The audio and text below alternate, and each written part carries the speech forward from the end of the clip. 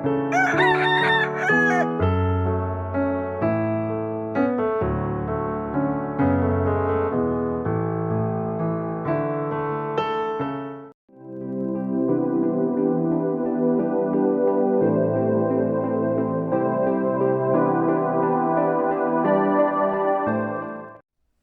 நாமத்திற்கு மகிமை உண்டதாக.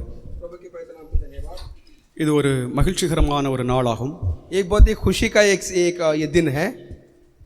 நம்முடைய ஆண்டவராகிய இயேசு கிறிஸ்து மனுக்குலத்தின் பாவத்திற்காக பாடுபட்டு மரித்து உயிர்த்த நாளாக இருக்கிறது. हमारा प्रभु यीशु जो है तमाम आदम जात के लिए दुख उठाया और मरा और फिर से जी उठा, वह ये दिन है. இயேசு கிறிஸ்து உயிரோடு இருக்கிறார். प्रभु यीशु जिंदा है. அவர் ஜீவிக்கிறவராக இருக்கிறார். वह के जीता है और जिंदा है. நாம் ஒரு வேத வாக்கியத்தை நாம் வாசிப்போமாக. हम एक वचन को पढ़ेंगे. லூக்கா எழுதின சுவிசேஷம் लूका की खुशखबरी 24ஆம் அதிகாரம் 24वां अध्याय 6வது வாக்கியத்தை யாராவது ஒருவர் எழுந்து சத்தமாக வாசிக்க. 6वां वचन को कोट कर पढ़े. लूक 24:6. அவர் இங்கே இல்லை, அவர் உயிர்த்தெழுந்தார். தேவனுடைய நாமத்திற்கு மகிமை உண்டாவதாக. प्रभु के नाम की महिमा हो. இங்கே லூக்கா எழுதின சுவிசேஷகர் இப்படி எழுதுகிறார், அவர் இங்கே இல்லை, அவர் உயிர்த்தெழுந்தார் என்று. लूका की खुशखबरी में ये लिखा है कि वो यहाँ नहीं बल्कि जी उठा है. இயேசு கிறிஸ்துவை நல்லடக்கம் செய்தார்கள். एक अच्छा दफन उसका हुआ. ஒரு புதிதாக கட்டப்பட்டிருந்த ஒரு கல்லறையில் அவர் அடக்கம் பண்ணப்பட்டார். नया खोदी हुई उस कब्र में उसको डाला. அவரை பாதுகாக்கும்படியாக அவருடைய சரீரத்தை யாரும் திருடிவிடக் கூடாது என்று சொல்லி பிலாத்திடம் அனுமதியை வாங்கி அதை அந்த கல்லறையை சீல் பண்ணிவிட்டார்கள். इस तरह के कोई भी उस लाश को चुराना नहीं चाहिए करके उन्होंने पिलातुस से इजाजत मांगकर इस प्रकार आके उस कब्र में मोहर डाल के इस प्रकार उसकी रखवाली की. அந்த கல்லறையை பாதுகாக்கும்படியாக காவலர்கள் ஏதாவது வைக்கப்பட்டார்கள். दो रखवाले भी थे कि उस कब्र की रखवाली करें. ஏனென்றால் இயேசு கிறிஸ்துவுடைய எதிரிகள் என்ன நினைத்தார்கள் என்றால், क्योंकि यीशु के दुश्मन क्या सोचे, இவருடைய சீஷர்கள் இவருடைய உடலை ஏதாவது திருடி கொண்டு ஏதாவது போய் விடுவார்கள் என்று சொல்லி நினைத்திருந்தார்கள். उनका ये सोचना था कि इसके चेले जो है, शागिर्द जो है, इसके लाश को चुराएंगे करके. அவர் நமக்காக வேண்டி பலவிதமான பாடுகளையும் வேதனைகளையும் பல அடிகளையும் காயங்களையும் ஏதாவது உடையவராக அவர் ஏதாவது மரித்தார். लेकिन प्रभु यीशु जो है हमारे लिए, हमारे खातिर कई दुखों को, कई मार को, कई घाव को आके उसने पाया करके देख. ஆனால் இயேசு கிறிஸ்துவுடைய எதிரிகள் ஏதாவது என்ன நினைத்தார்கள் என்றால், लेकिन यीशु के दुश्मन ने क्या सोचे, அவருக்கு சுகந்த வர்க்கத்தை ஏதாவது இட்டு அவர் மறுபடியும் ஏதாவது உயிர் ஏதாவது பெற்று ஏதாவது வந்து விடுவார், இல்லை என்றால் அவருடைய சீஷர்கள் அவருடைய உடலை ஏதாவது திருடி விடுவார்கள் என்று ஏதாவது நினைத்து கொண்டார்கள். उनका ऐसा ख्याल था कि इसके इनके चेले आके खुशबू डाल के या उसको आके मल के इस प्रकार उसको चुरा लेंगे. நேற்றைய தினம் சனிக்கிழமை அவர் ஏதாவது சரீரமானது ஓய்வாக இருந்தது. उसका लाश जो है कि आराम कर रही थी. வெள்ளிக்கிழமை ஏதாவது மாலையிலே அவருடைய சரீரமானது அடக்கம் பண்ணப்பட்டது. शुक्रवार को शाम को उसका अच्छा दफन किया गया. சனிக்கிழமை ஓய்வு நாளாக இருந்தது. शनिवार का दिन जो सब्त का दिन था, அவருடைய சரீரமும் அதாவது கல்லறையில் அதாவது அமைதியோடு இருந்தது. और उसकी लाश भी जो है कब्र में आके आराम से. இதை போன்ற ஒரு நாளிலே, ஒரு ஞாயிற்றுக்கிழமை வாரத்தில் முதல் நாளிலே, ऐसे एक दिन में हफ्ते के पहले दिन, இந்த ஞாயிறு காலையிலே, रविवार के सवेरे, அதிகாலையிலே ஆண்டவராகிய இயேசு கிறிஸ்து உயிரோடு எழும்பினார். ஹalleluya! रविवार को सवेरे भोर के समय प्रभु यीशु जी उठे. ஹalleluya! ஹalleluya! ஹalleluya! ஹalleluya! மனித சரித்திரத்தில் நிகழ்ந்திராத ஒரு நிகழ்ச்சி ஒன்று நிகழ்ந்தது. एक ऐसा जो कि नजारा हुई जब तक इंसान के तारीख में, उसके इतिहास में कभी घटी नहीं. இதற்கு முன்பாக மனிதன் இப்படி உயிரோடு எழும்பவில்லை. कोई इंसान आकर मरकर जी उठा नहीं. உலக சரித்திரத்திலே ஒருபோதும் நடைபெறாத ஒரு சம்பவமாகவும் அது இருக்கிறது. एक ऐसा घटना, ऐसा हादसा जो इंसान के इतिहास में कभी घटी नहीं. மரித்த ஒரு மனிதன் உயிர்ப்பிக்கப்படுகிறது இல்லை. मरा हुआ इंसान कभी जी उठता नहीं. எந்ததாவது சமயங்களாக இருக்கட்டும் எந்த மதங்களாக இருக்கட்டும் அவர்கள் வெவ்வேறு கருத்து உடையவர்களாக இருக்கிறார்கள். हर एक धर्म के अपने अपने ख्याल होती है. யூதர்கள் என்ன நினைத்தார்கள் என்றால் यहूदी का क्या कहना था? மனிதன் மரித்த பின்பு அவன் எங்கே செல்லுகிறான் என்று சொல்லி அதாவது ஒரு கேள்வி அவர்கள் மத்தியில் இருந்தது. यहूदियों में एक सवाल था कि इंसान मरने के बाद कहाँ जाता है. ஆகிலும் பழைய ஏற்பாட்டிலே மனிதன் மரித்த பின்பு அவன் உயிர்ப்பிக்க ஏதாவது உயிர் பெறுகிறான் இல்லை என்றால் உயிரோடு இருக்கிறான் என்றும் வேத வாக்கியம் சொல்கிறது. लेकिन पुराने करार में हम देखते हैं कि इंसान मरने के बाद क्यों वो कि जीता है. ஆனால் கிறிஸ்துவ மார்க்கம் ஒன்றே இந்த ஒரு ஏதாவது மார்க்கம் மாத்திரம்தான். लेकिन मसीह ये मार्ग एक ही है. அதன் வேதத்தின் வாயிலாக உலகம் எங்கிலும் உள்ள ஜனங்களுக்கு ஏதாவது பறைசாட்டி அறிவிக்கிற உண்மை ஏதாவது என்னவென்றால் सच्चाई बाइबल के जरिए इंसानों को दुनिया को ये पैगाम देती है. மனிதன் மரித்த பின்பும் அவன் ஏதாவது பிழைத்திருக்கிறான் அவன் உயிரோடு இருக்கிறான் என்ற சத்தியத்தை புதிய ஏற்பாடு மாத்திரம்தான் நமக்கு தெளிவாக போதிக்கிறது. सिर्फ कि जो बाइबल जो है नया करार हमको ये सच्चाई बयान करती है कि इंसान मरने के बाद भी वो जिंदा रहता है और जीता है. இந்த உண்மையை அப்போஸ்தலனாகிய பவுல் 1 கொரிந்தியர் 15ஆம் அதிகாரத்தில் முழுமையாக படித்து வாசித்து பார்த்தால் 15 में अगर देखिए प्रेरित पौलुस उससे आगे बढ़े के इसके बारे में लिखा है. மனித சரீரமானது உயிர்ப்பிக்கப்படுகிறது அது உயிர் தெழும்புகிறது என்று சொல்லி அவர் அது தெளிவாக விளக்குகிறார். साफ साफ लिखता है कि इंसान का बदन जो है शरीर फिर जाके वो जीता है, जिंदा होता है. இயேசு கிறிஸ்துவை குறித்து எழுதப்பட்டிருக்கிறது அவர் இங்கே இல்லை. प्रभु यीशु के बारे में लिखा है कि அவர் இந்த கல்லறையில் அவர் இல்லை. ये कब्र में नहीं है. உலகத்தில் ஏதாவது பல தலைவர்கள் ஏதாவது பலதாவது காரியங்களை ஏதாவது நிகழ்த்தினார்கள். और दुनिया के कई बड़े बड़े सरदार के बड़े बड़े काम किए. பெரிய பெரிய மனிதர்கள் பெரிய காரியங்களை ஏதாவது நிகழ்த்தினார்கள். बड़े बड़े नामी इंसान के बड़े बड़े काम किए. அவருடைய சடலங்கள் எல்லாம் ஏதாவது அடக்கம் பண்ணப்பட்டிருக்கிறது அது இன்றும் அங்கே இருக்கிறது. उनकी लाश दफन किया गया अब भी वहां पर ही है. அது எந்த மதமாக இருக்கட்டும் எந்த ஏதாவது பெரிய மனிதனாக कोई இருக்கட்டும். धर्म हो कोई बड़ा ஆனால் இயேசு கிறிஸ்துவை குறித்த ஏதாவது உண்மை என்னவென்றால் लेकिन यीशु के बारे में क्या सच्चाई है? அவர் மனுக்குலத்தின் பாவத்திற்காக பாடுபட்டு மரித்தார். तमाम आदम जात के लिए दुख उठाया मरा. அவர் அதாவது ஜீவன் அதாவது அவரை விட்டு அதாவது போய்விட்டது. जान उससे निकल गई. ஆகிலும் அதாவது ஞாயிற்றுக்கிழமை வாரத்தின் முதல் நாளிலே जान उससे निकल चुकी और रविवार के दिन அவர் உயிரோடு எழும்பினார் அவர் இந்த கல்லறையில் இல்லை என்று சொல்லி 2 தூதர்கள் சொல்லுகிறார்கள். दो फरिश्ते आए और कहा कि यहाँ पर नहीं है, वो जी उठा. மரணம் அவரை ஏதாவது கட்டிவிடவில்லை. मौत उसकी कब्जा नहीं कर पाया. மரணம் அதாவது இயேசுவின் மேல் ஏதாவது ஜெயம் கொள்ளதாதுவில்லை. मौत है कि उस पर गलीब नहीं के जयवंत नहीं हुआ. அதாவது மரணத்தின் மேல் ஏதாவது ஜெயம் கொண்டார். यीशु मौत पर जीता. மனிதன் ஏதாவது பிழைத்திருக்கும்படியாக இன்னும் வாழும்படியாக அவன் முயற்சிக்கிறான். விஞ்ஞானிகள் பல முயற்சிகளை எடுக்கிறார்கள். वैज्ञानिक लोग कई कोशिश करते हैं कि इंसान को कैसे भी आके जिंदा रखना है. அது மாத்திரமல்ல அதாவது மனிதா செவ்வாய் கிரகத்தில் ஏதாவது போய் நம்ம ஏதாவது குடியிருந்தலாமே என்று சொல்லி எண்ணுகிறான். मंगल ग्रह में मार्स में जाके हम आके वहां पर आके रहेंगे करके उनकी சரி कोशिश है. செவ்வாய் கிரகத்தில் போய் ஏதாவது அவன் குடியிருந்தால் मंगल ग्रह में जाएंगे तो என்ன சாக மாட்டானா? वो मरेगा नहीं क्या? அத கூட ஏதாவது அவங்களுக்கு தெரியல. इतना भी उनको पता नहीं. செத்தா என்ன ஆகும் என்று சொல்லி அதுவும் தெரியல. मरने के बाद क्या होगा उनको पता नहीं. பெங்களூரில் உள்ளதாவது अनेकम பேர் ஏதாவது அதற்கு ஏதாவது டிக்கெட் எடுத்துக்கறாங்க. मार्स जाने के लिए मंगल ग्रह में जाने के लिए बेंगलुरु में कैसे टिकट लिए. கிரகத்துல போய் ஏதாவது நம்ம குடியேறிரலாம்னு मंगल ग्रह में जाएंगे. மனிதன் ஏதாவது என்றும் ஜீவிக்கும்படியாக அவன் விரும்புகிறான் அதை ஆசைக்கிறான். इंसान यही कोशिश करता है, वो यही चाहता है कि हमेशा जिंदा रहे. மதங்கள் எல்லாம் அப்படித்தான் சிலவைகள் ஏதாவது போதிக்கிறது. कुछ धर्म यही कहती है. ஆனால் ஆண்டவராகிய இயேசு கிறிஸ்துவை குறித்து வேதம் என்ன சொல்கிறது என்றால் यीशु के बारे में बाइबल क्या कहती है? இயேசுவான ஒரு ஆவியிலே அவர் ஏதாவது உயிர்ப்பிக்கப்படவில்லை. यीशु जो है रूह में ये आत्मा में जी அவர் சரீரத்திலே இதே சரீரத்திலே தான் அவர் உயிரோடு எழும்பினார் என்று வேதம் बदन में சொல்கிறது. इसी बॉडी में बदन में आके जी उठा. அவர் அந்த கல்லறையில் அவர் இல்லை.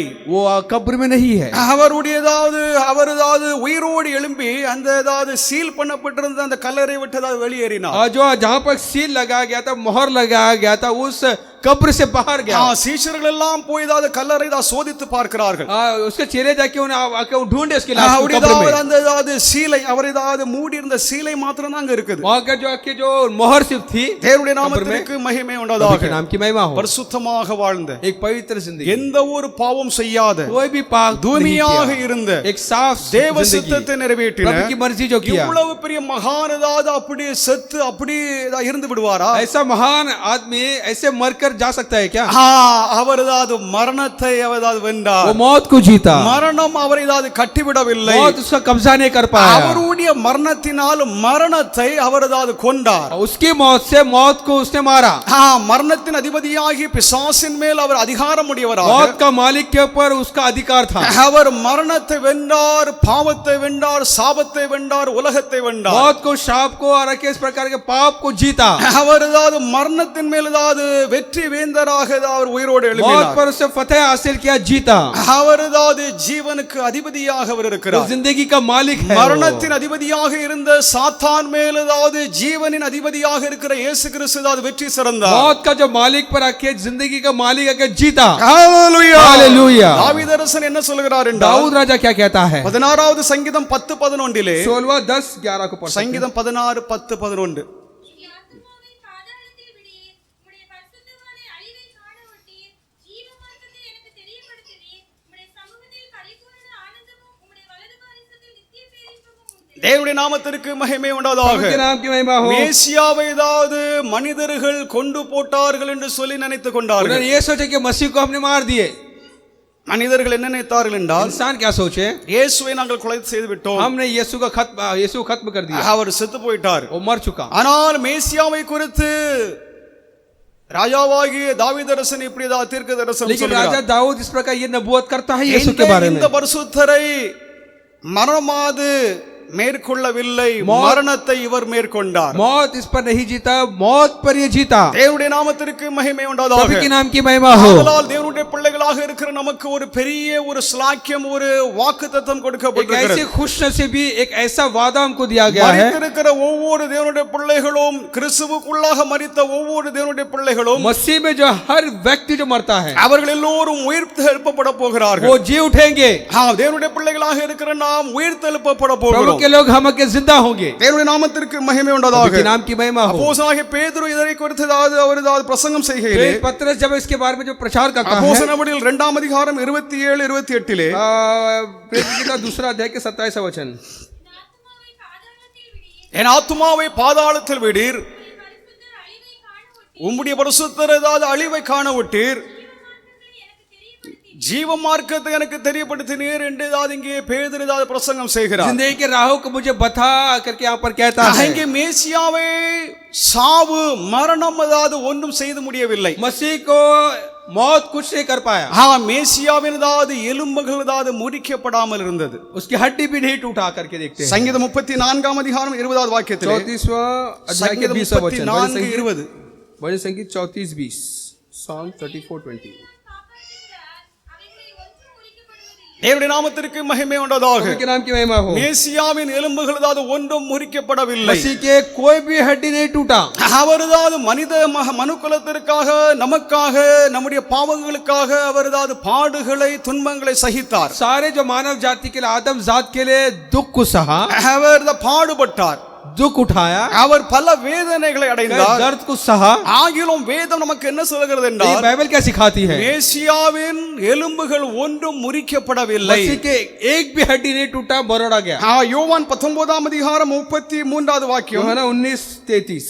அவர்கள் இயேசுவினிடத்தில் வந்து அவர் மரித்திருக்கிறதைக் கண்டு, அவருடைய காலடிகளை முறிக்கவில்லை, 36வது வாக்கியம். 36. அவர்களில் ஒன்றும் முறிக்கப்படுவதில்லை என்ற வேதவாக்கியம் நிறைவேறும்படி இவைகள் நடந்தது. தேவனுடைய நாமத்திற்கு மகிமை உண்டாவதாக. के नाम की महिमा हो. இயேசு கிறிஸ்துவை குறித்த பழைய ஏற்பாட்டு தீர்க்கதரிசனம் எல்லாம் நிறைவடைந்தது. यीशु में आके सारे जो पुराना करार के नबूवत के पूरी हुई. நாம் வேதத்தை வாசிக்கும் பொழுது बाइबल जब पढ़ते हैं, மேசியாவை குறித்து சொல்லியிருக்கிற ஒவ்வொரு தீர்க்க தரிசனங்களும் மேசியாவில் நிறைவடைந்தது.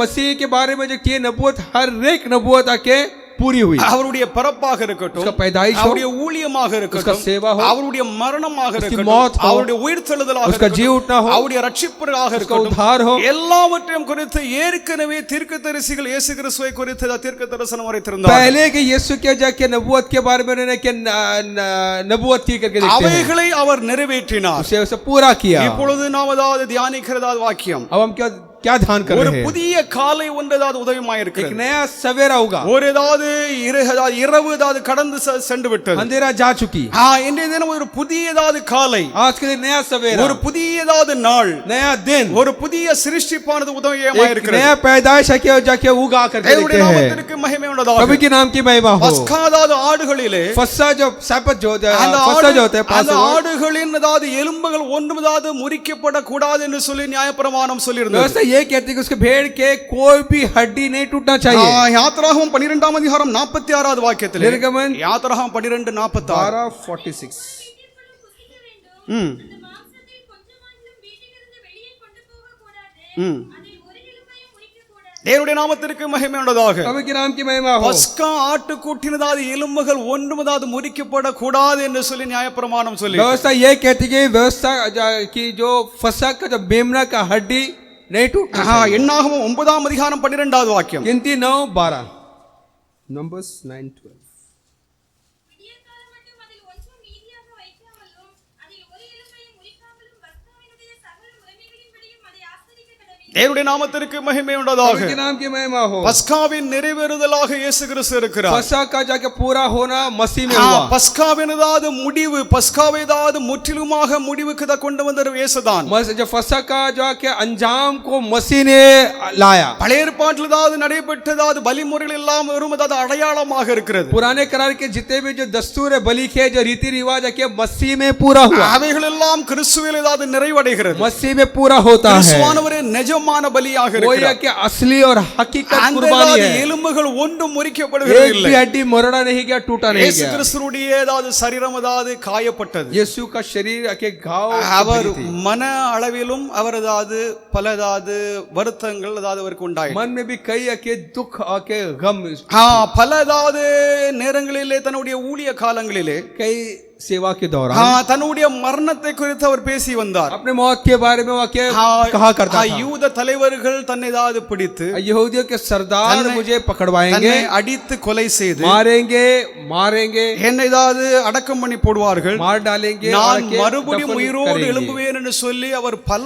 முறை அவர் சொல்லி வந்தார். तो भी मैं जी उठूंगा करके उसे बार-बार उसके बारे में उसने தேவனுடைய कहा। நாமத்திற்கு மகிமை प्रभु உண்டாதாக. के नाम की महिमा हो। இயேசு கிறிஸ்துவானவர் சொன்ன காரியம் ஏதாவது அத்தனையும் உண்மை உள்ளதாக இருக்கிறது. यीशु ने जो कुछ कहा वो सब के सच है, நான் हकीकत है। மறுபடியும் உயிரோடு எழும்புவேன் என்று சொல்லி அவர் उसने சொன்னார். कहा मैं दोबारा जी उठूंगा। ஹalleluya. Hallelujah. நம்முடைய ஆண்டவராகிய இயேசு கிறிஸ்து சொன்னதை அவர் செய்யும் அளவும் அதாவது அவர் அதாவது அமைதியாக இருப்பது இல்லை. हवा के खापोश नहीं रहते जब तक कि जो कई बातों को पूरा नहीं करता। அவர் சொன்னதை அவர் செய்து முடித்தார். जो कहा पूरा किया। உலகத்திலே மனிதன் ஏதாவது ஜீவிக்கும்படியாக பிழைத்திருக்கும்படியாக அவன் விரும்புகிறான். इंसान जीना चाहता है, அவன் சாவை ஏதாவது விரும்புகிறது मौत இல்லை. को पसंद नहीं करता। இவன் ஏதாவது தீவிரவாதிகளும் ये आतंकवादी மற்றவர்களை கொலை செய்கிறார்கள், தங்களை ஏதாவது கொலை செய்து கொள்ளுகிறார்கள். अपने आप को मारते हैं और दूसरों को भी मार देते हैं। அப்படி ஏதாவது அவங்க நினைத்திருந்தாலும் ऐसा सोचने के बाद भी தன்னுடைய குடும்பம் இல்லை என்றால் தனக்கு பிரியமானவர்களை அவர்களாவது நேசிப்பார்கள், அவர்கள் ஏதாவது பிழைத்து இருக்கட்டும் என்று சொல்லி நினைப்பார்கள். वो लोग भी है कि यही चाहेंगे कि उनके परिवार के लोग, उनके घर के लोग आके महफूज रहे। தன்னுடைய ஏதாவது குழந்தை ஏதாவது சாக வேண்டும் என்று சொல்லி ஏதாவது ஒருவன் ஏதாவது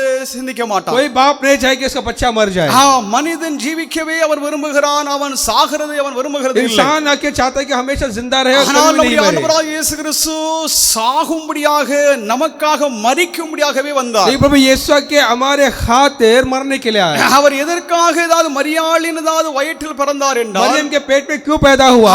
மனுக்குலத்திற்காக தம்முடைய ஜீவனை தியாகம் செய்யும்படியாக, तमाम जाके मानव जाति के लिए, आदम जात के लिए जान देने, மரிக்கும்படியாகவே வந்தார் என்று வேதம் சொல்கிறது. इंसानों के लिए मरने के लिए आया। தேவனுடைய நாமத்திற்கு மகிமை प्रभु के नाम உண்டாதாக. की महिमा हो। சாவை வென்ற கிறிஸ்துவை நாம் பின்பற்றுகிறோம். हम क्या ऐसे जो कि बस्सी के पीछे चलते जो मौत को जीता, செத்ததாவது ஒரு தலைவனையோ मरे हुए सरदार, செத்ததாவது ஒரு கடவுளையோ நாம் ஏதாவது வணங்கவில்லை. मरे हुए किसी देवता की हम நாம் पीछे नहीं யாரை चलते। நாம் சேவிக்கிறோம் हम என்றால் किसकी परस्तिश करते हैं? ஹalleluya. हालेलुया। உயிரோடு இருக்கிற இயேசுவை நாம் ஏதாவது जिंदा பின்பற்றுகிறோம். यीशु की परस्तिश करते हैं। அவர் இன்னும் நம்ம மத்தியில் இருக்கிறார். हमारे बीच मौजूद है। ஹalleluya. हालेलुया। என்னுடைய நாமத்தினால் 2-3 பேர்கள் எங்கே கூடி जहाँ வருகிறீர்களோ 2 या 3 में नाम से मौजूद है, அங்கே அவர்கள் நடுவில் நான் இருக்கிறேன் என்று சொல்லி அவர் उसे ये வாக்குரைத்தார். वादा किया कि जहाँ 2 या 3 में नाम से मिलते हैं उनके बीच हूँ। இயேசுவின் நாமத்தினால் எங்கெல்லாம் கிறிஸ்தவர்கள் அதாவது விசுவாசிகள் கூடி जहाँ வருகிறார்களோ जहाँ मसीह के लोग यीशु के नाम में मिलते हैं, அங்கே அவர்கள் மத்தியிலே அவர் இருக்கிறார். उनके दरमियान मौजूद है. அவர் செத்தவராக தான் செத்து போயிருந்தால் वो मरा होगा तो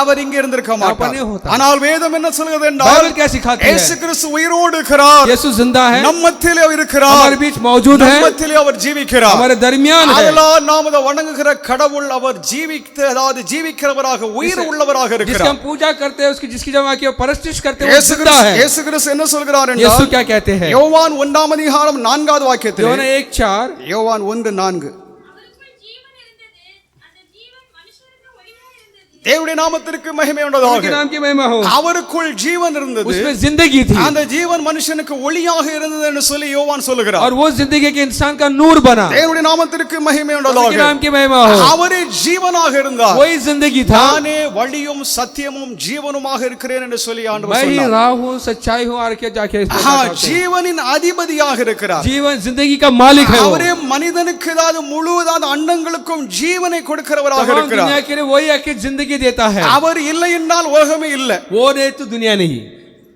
அவர் இருக்கிறார். वो है, அவர் என்னோடும் இருக்கிறார். हमेशा है. இருக்கிறவராகவே இருக்கிறேன் என்று சொன்ன ஆண்டவர் जब प्रभु ने कहा मैं हूँ सो हूँ, அவர் உயிரோடு இருக்கிறார். அவர் இருக்கிறதினால் நாம் இருக்கிறோம். वो जिंदा है, वो है, इसलिए हम है. தேவனுடைய நாமத்திற்கு மகிமை उनके உண்டாவதாக. नाम की महिमा हो. நானே உயிர்த்தெழுதலும் ஜீவனுமாய் இருக்கிறேன் என்று சொல்லி இயேசு मैं சொன்னார். जिंदगी, मैं पुनरुत्थान और जिंदगी हूँ कहा उसने.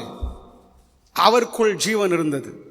उसमें जिंदगी, அவருக்குள் அதாவது நித்திய ஜீவன், அவருக்குள் அதாவது மெய்யான ஜீவன் இருந்தது. उसमें के सच्ची और हमेशा की जिंदगी அவரை थी. பின்பற்றுகிற விசுவாசிக்கிற எல்லாருக்கும் அந்த ஜீவனை அவர் வாக்களித்திருக்கிறார். जो उसके पैरवी करते हैं, जो उसके पीछे चलते हैं, वो जिंदगी उसको वादा किया है. அவர் யாருக்கு அதாவது அந்த ஜீவனை கொடுக்க விரும்புகிறாரோ वो किसे ये जिंदगी देना चाहता है, இயேசுவை விசுவாசிக்கிற அதாவது ஜனங்களுக்கு यीशु पर विश्वास करने हर एक அவர் को அந்த ஜீவனை கொடுக்க அவர் அதிகாரம் உடையவராக இருக்கிறார் என்று வேதம் उसको சொல்லுகிறது. जिंदगी देने का अधिकार उसको है.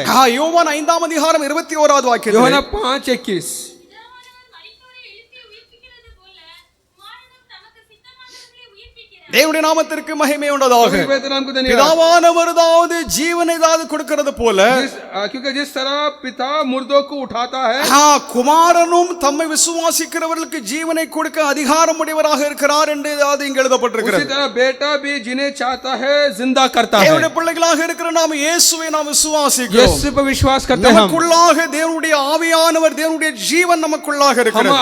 हमारे प्रभु की आत्मा, उसकी जिंदगी हमें है. நாம் செத்தவர்கள் அல்ல, हम मरे नहीं है, நாம் உயிர் உள்ளவர்கள். हम जिंदा है. சுவாசிக்கிறதுனால் பிராணவாயுவை நாம் சுவாசிக்கிறதுனால் நாம் உயிரோடு இருக்கிறோம் என்பது குறித்து நான் சொல்லவில்லை. मैं जब श्वास लेते हैं उसके बारे में नहीं कहता. நாம் தேவனுக்கு முன்பாக உயிர் உள்ளவர்களாக இருக்கிறோம், நாமே அதாவது உண்மை உள்ளவர்களாக இருக்கிறோம் என்று வேதம் சொல்லுகிறது. बाइबल ये कहती है कि प्रभु के सामने हम आके जिंदा है और सच्चे हैं. குமாரனை யார் விசுவாசிக்கிறார்களோ, जो बेटा पर विश्वास करते हैं, குமாரனை யார் जो ஏற்றுக்கொள்கிறார்களோ बेटा को इकरार करते हैं, அவர்களுக்கு நித்திய ஜீவன் அதாவது उसको வாக்களிக்கப்பட்டிருக்கிறது. हमेशा की जिंदगी वादा की யோவான் गई है. 3 அதிகாரம் 36வது வாக்கியத்தில் யோவான் 3:36 36 நித்திய ஜீவனை உடையவனாய் இருக்கிறார். தேவனுடைய நாமத்திற்கு மகிமை प्रभु உண்டாவதாக. के नाम की महिमा हो. குமாரனை தான் உடையவனாக இருக்கிறவனுக்கு நித்திய ஜீவன் இருக்கிறது. इसके पास बेटा है, उसको हमेशा की जिंदगी இயேசு है. கிறிஸ்துவை விசுவாசிக்கிற எல்லா ஜனங்களுக்கும் जो यीशु विश्वास करने हर एक को, அவர்களுக்கு நித்திய ஜீவன் அதாவது கொடுக்கப்பட்டிருக்கிறது. उनको कि हमेशा की जिंदगी वादा की गई है. ஒருவேளை நாம் அதாவது இந்த உலகத்திலே சில அதாவது ஆண்டுகள் நாம் அதாவது உயிரோடு இருந்து நாம் இந்த உலகத்தை விட்டு அதாவது एक போனாலும் वक्त था कि हम कुछ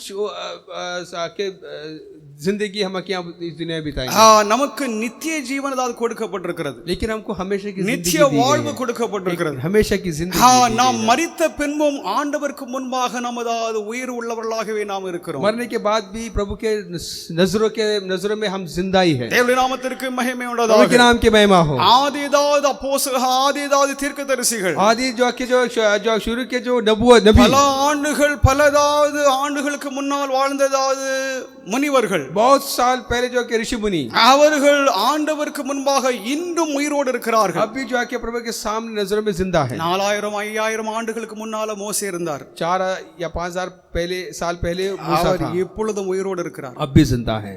எத்தனையோ 4000 ஆண்டுகளுக்கு முன்னால எலியா என்ற ஒரு முனி இருந்தார். 4000 साल पहले के एलिया करके அவர் இன்றும் உயிரோடு இருக்கிறார். अब भी जिंदा है. எப்படின்னு கேக்குறீங்களா? कैसा? நம்முடைய ஆண்டவராகிய இயேசு கிறிஸ்து அது 2000 ஆண்டுகளுக்கு முன்னால பூமிக்கு வந்தார். हमारे प्रभु यीशु के 2000 साल पहले दुनिया में आए. அவர் அதாவது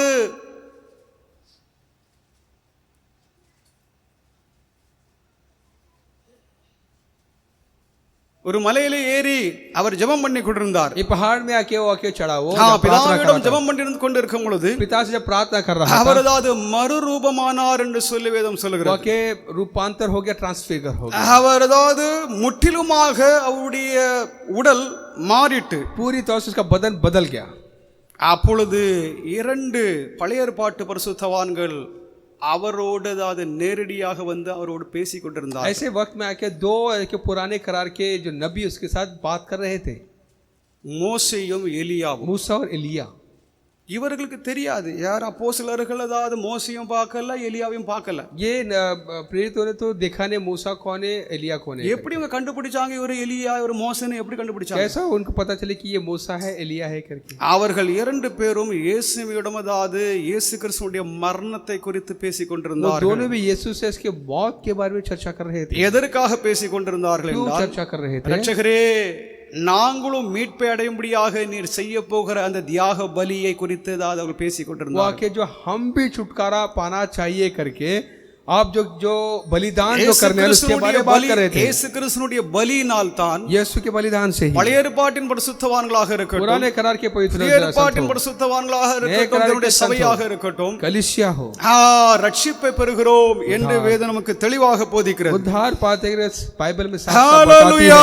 हालेलुया. யோவான் 12ஆம் அதிகாரம் 24வது வாக்கியத்திலே, யோவான் 12:24 யோவான் में 12:24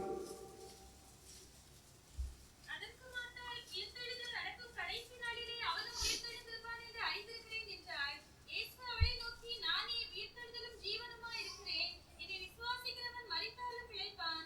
உயிரோடு இருந்து என்னை விசுவாசிக்கிறவன் எவனும் என்றென்றைக்கும் அழியாமலும் இருப்பான். இதை விசுவாசிக்கிறாயா என்றார். யோவான் 12:24 நான் உங்களுக்கு சொல்லுகிறேன், கோதுமை மணியானது நிலத்தில் விழுந்து சாவாவிட்டால் தனித்திருக்கும், செத்ததையாகில் மிகுந்த பலனை கொடுக்கும். தேவனுடைய நாமத்திற்கு மகிமை உண்டாவதாக. प्रभु के नाम की महिमा हो. ஒரு கோதுமை மணி ஏதாவது அதாவது நிலத்தில் ஏதாவது போட்டுட்டோம்னா जो गेहूं का दाना जब तक जमीन पे गिर के मर ना जाए, அது ஏதாவது செத்து போன பின்பு मरने के बाद ஒரு மணிதான் सिर्फ एक दाना है. ஏராளமான தானியங்கள் ஏதாவது அதை உற்பத்தி செய்து क्या क्या ये जो बीज को आके वो आके पैदा करती இயேசு है. கிறிஸ்துவானவர் தன்னை குறித்து சொல்கிறார், கோதுமை மணியானது நிலத்தில் விழுந்து சாகவில்லை என்றால் मैं तुमसे सच सच कहता हूं कि जब तक गेहूं का दाना जमीन पर गिर के मर नहीं அது जाता, பிரயோஜனமற்றதாக वो இருக்கும். अकेला रहता है, அது விழுந்து அது செத்தால் वो मर जाता है, மிகுந்த பலனை கொடுக்கும் என்று சொல்லி ஆண்டவர் वो சொல்லுகிறார். आके बहुत सा फल நம்முடைய लाता है. ஆண்டவராகிய இயேசு கிறிஸ்து அந்த கோதுமை மணியாக பூமியிலே விழுந்து அவர் மரித்தார். அதனால் अनेक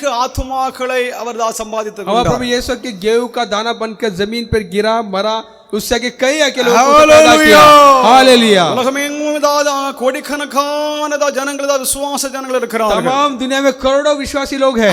ஆண்டவரை விசுவாசிக்கிற अनेक கிறிஸ்தவர்கள் மறைந்து இருக்கிறார்கள். आज प्रभु यीशु विश्वास करने वाले कई लोग छुपे हुए हैं. இஸ்லாமியர்கள் இஸ்லாமிய தேசங்களிலும் பல இஸ்லாமியர்கள் மறைந்து இருக்கிறார்கள். इस्लाम देश में भी इस्लामी लोग के छुपे हुए हैं. அவர்கள் இயேசு கிறிஸ்து வெறும் தீர்க்கதரிசி அல்ல, वो सिर्फ यीशु सिर्फ नबी नहीं, அவர் கடவுள், वो खुदा है, அவரே परमेश्वर है. கடவுள் இறைவன் என்று சொல்லி விசுவாசிக்கிற अनेक ஜனங்கள் कई இருக்கிறார்கள். इस्लामी लोग जो यीशु को परमेश्वर प्रभु करके मानते हैं. இவன் நல்ல இந்துக்கள், अच्छे हिंदू भी, உண்மை சத்தியத்தை வாஞ்சிக்கிற जो தேடுகிறவர்கள் परमेश्वर के सच्चाई को ढूंढते हैं, இயேசு கிறிஸ்துவே மெய்யான குரு என்று சொல்லி அங்கீகரிக்கிறார்கள். ये इकरार करते हैं, कबूल करते हैं कि वही सच्चा गुरु மற்ற है.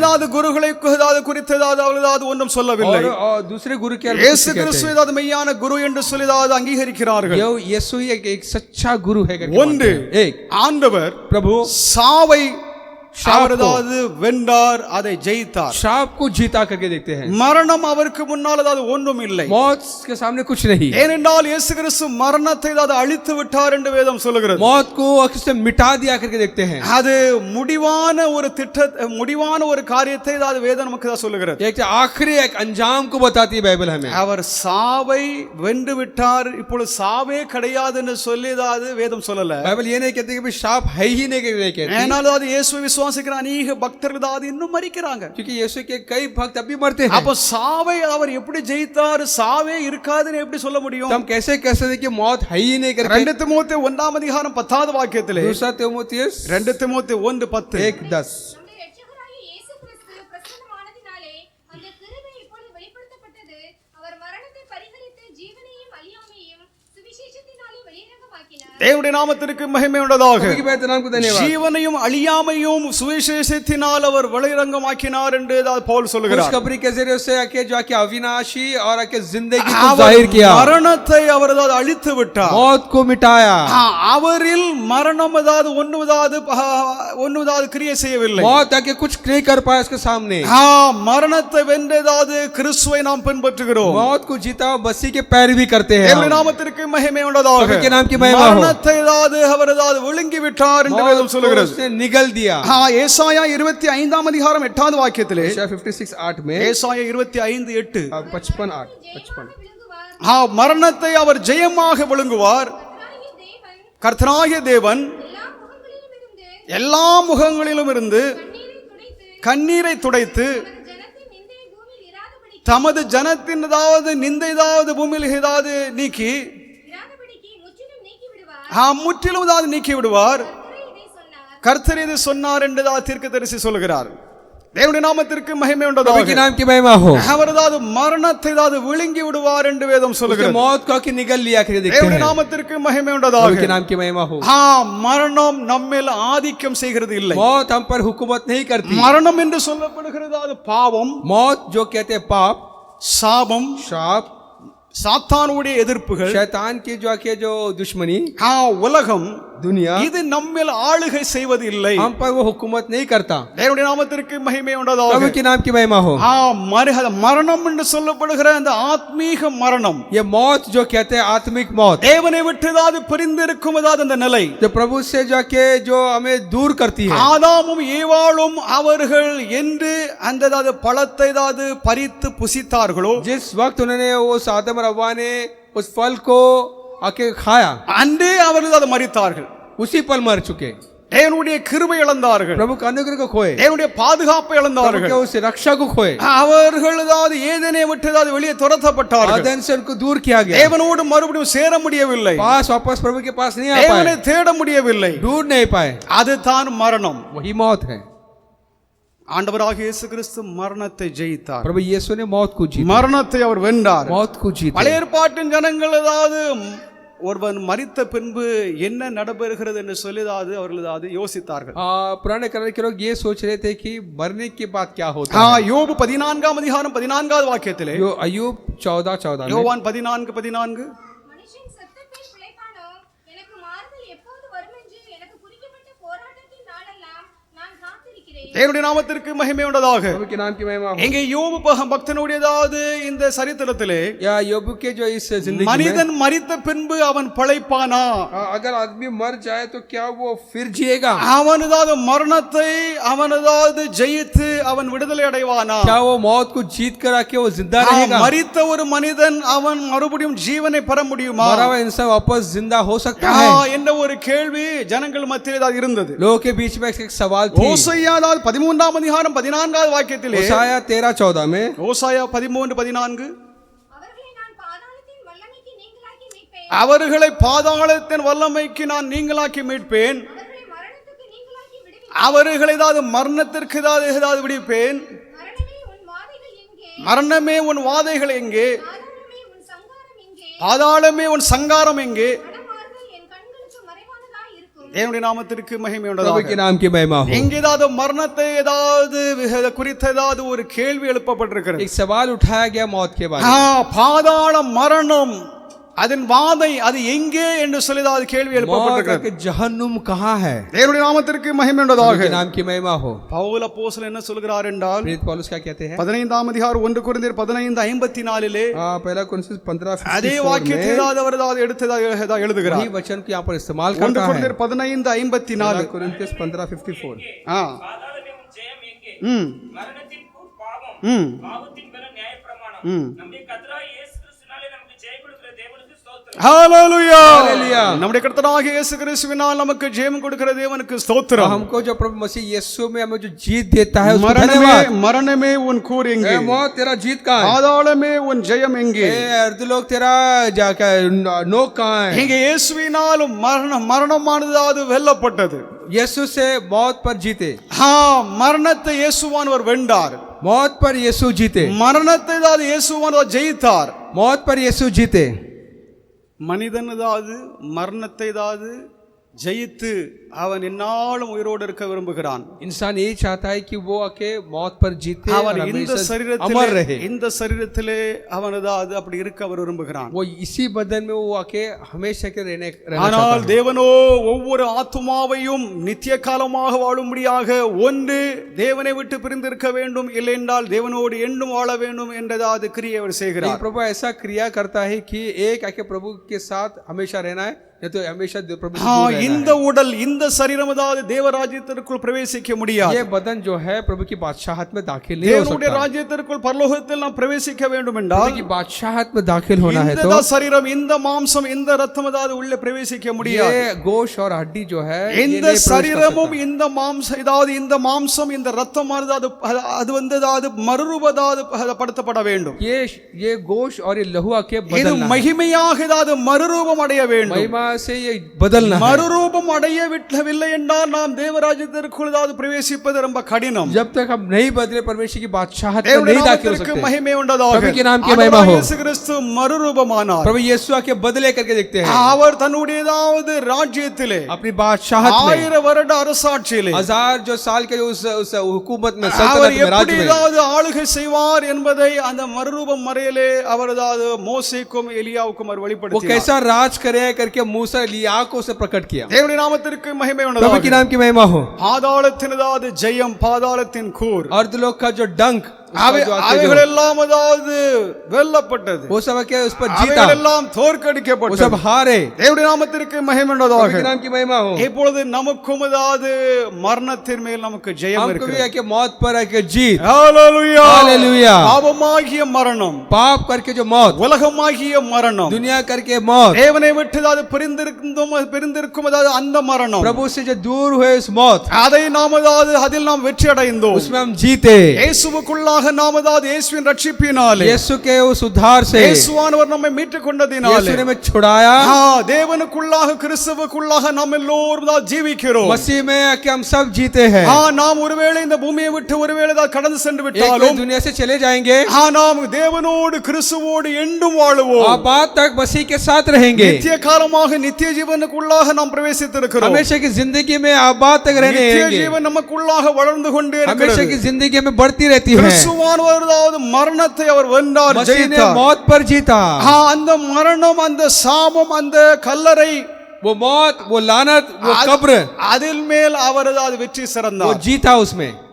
அவைகள் இயேசுனுடைய வல்லமைக்கு முன்பாக ஒன்றும் ஏதாவது செய்ய முடியும். यीशु के उस सामर्थ के सामने कुछ नहीं. உலகம் எங்கிலும் ஏதாவது மனிதன் ஏதாவது ஆதி முதல் மரித்து கொண்டிருக்கிறான். शुरुआत से इंसान मरते ही आ रहा है. பல விதங்களிலே அவன் மரிக்கிறான். कई तरीके से मरता है. வியாதியிலே மரிக்கிறான், बीमार में मरता है, விபத்திலே மரிக்கிறான், दुर्घटना में मरता கொலை है, செய்யப்பட்டு कत्ल மரிக்கிறான். करता है उसके, இன்னும் ஏதாவது ஆகாய ஏதாவது அவர் ஏதாவது ஃபிளைட்டில் ஏதாவது या மரிக்கிறான், हवाई जहाज से मरता है, சமுத்திரத்தில் விழுந்து தான் மரிக்கிறான், या पानी के जहाज से मरता है, தற்கொலை செய்து கொள்கிறான். खुदकुशी करता है. வெவ்வேறு விதத்திலே அவன் மரிக்கிறான். अलग अलग तरीके से मरता है. ஆனால் ஒருவராகிலும் एक भी உயிர் மறுபடியும் நாங்கள் ஏதாவது உயிரோடு வந்தோம்னு சொல்லி ஒருத்தரும் கிடையாது. कोई भी ऐसा नहीं कि आके वापस मरकर जी उठा. ஆகிலும் तो भी வேதாமத்திலே बाइबल में மரித்தவர்கள் உயிரோடு ஏதாவது எழுப்பினார்கள் என்றதாவது சம்பவங்கள் இருக்கிறது. ऐसे भी कई घटना है जहाँ पर मरे हुए जिंदा हुए. எலியா காலத்திலே, एलिया के जमाने में, எலிஷாவின் एलिशा காலத்திலே, के जमाने में, இயேசுவானவர் காலத்திலே यीशु के जमाने में மரித்தவர்கள் ஏதாவது பிழைத்தார்கள். मरे हुए जिंदा हुए. அதாவது மரித்தவர்கள் பிழைத்தார்கள், मरे जो मरे वो जिंदा हुए, அவர்கள் ஏதாவது உயிர்ப்பிக்கப்பட்ட அதாவது அவர்கள் மறுபடியும் वो மரித்தார்கள். वापस मर गए. அது நல்லா கவனிக்கணும். वो अच्छी तरह गौर कीजिए.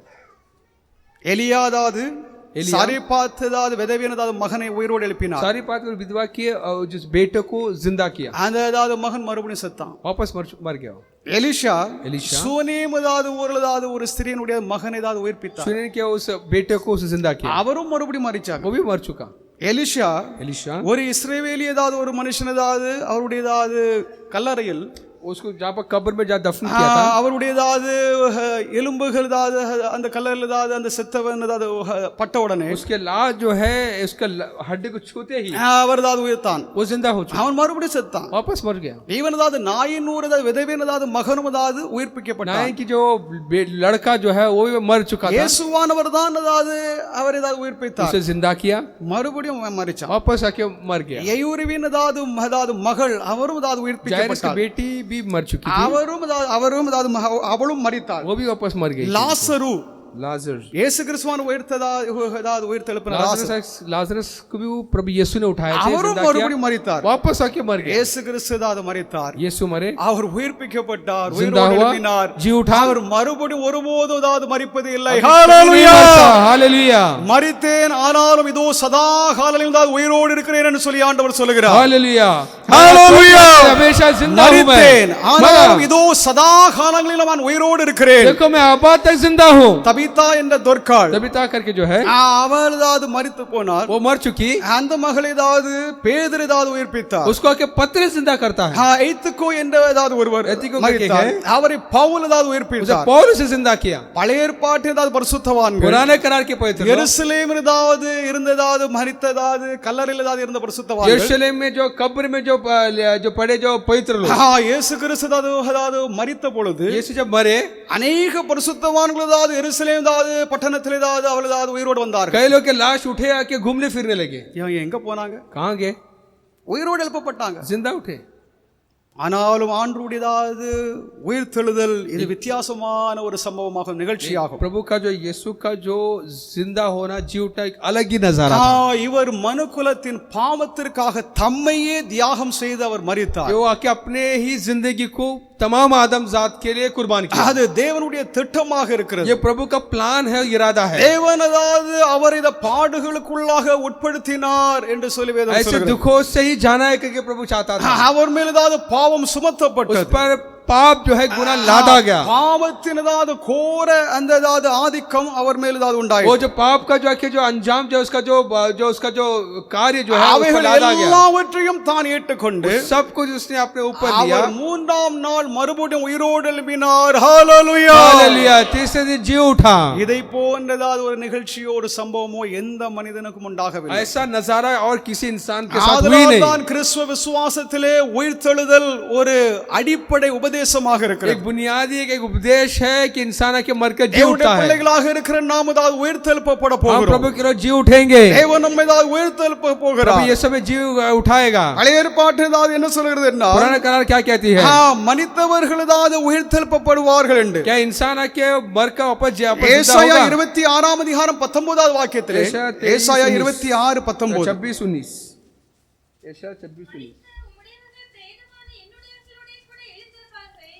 மண்ணிலே தங்கியிருக்கிறவர்களே விழித்து கம்பீரியுங்கள். தேவனுடைய நாமத்திற்கு மகிமை உண்டாதாக. प्रभु के नाम की महिमा हो. மரித்தவர்கள் விழித்தெழும்பியதாவது கம்பீரியுங்கள் என்று சொல்லிதாவது இங்கே ஏசாயா मरे சொல்கிறார். हुए आके जी उठो और के ललकारो कहता है. அப்படியென்றால் தேவனுடைய சித்தம் அவருடைய திட்டம் என்னவென்றால், प्रभु की मर्जी क्या है? மரித்தவர்கள் மறுபடியும் உயிர்த்தெழுப்பப்படுவார்கள். मरे हुए वापस जी उठेंगे. மறுபடியும் உயிர்த்தெழுப்பப்பட जो போகிறார்கள். मरे हैं वापस जी उठेंगे. இயேசுவுக்குள்ளாக மரித்திருக்கிறவர்கள் यीशु में जो के मरे அவர்கள் மகிமையான ஒரு உயிர்த்தெழுதலை அடைய போகிறார்கள். महिमा में एक जी उठना होगा. இயேசுவை அறியாமல் ரட்சிக்கப்படாமல் இருக்கிறவர்களும் जो உயிர்த்தெழுப்பப்படுவார்கள். यीशु को नहीं पहचानते वो भी उठेंगे, जिंदा ஆனால் होंगे. அவர்கள் நித்திய ஆக்கினைக்கு அவர்கள் செல்ல वे போகிறார்கள். हमेशा की सजा के लिए जाएंगे. நல்ல கவனிக்கணும். अच्छी तरह गौर कीजिए. இரண்டு சாராரும் दोनों तरफ के அவர்கள் लोग உயிர்த்தெழுப்பப்பட वो போகிறார்கள். जी उठेंगे. ஒரு சாரார் एक तरफ के நித்திய लोग ஜீவனுக்குள்ளாக பிரவேசிக்க हमेशा की போகிறார்கள். जिंदगी की तरफ இன்னொரு जाएंगे. சாரார் நித்திய ஆக்கினைக்குள்ளாக செல்ல दूसरा போகிறார்கள். तरफ के लोग हमेशा की जो आके सजा की तरफ जाएंगे. யூத ஜனங்கள் மத்தியில்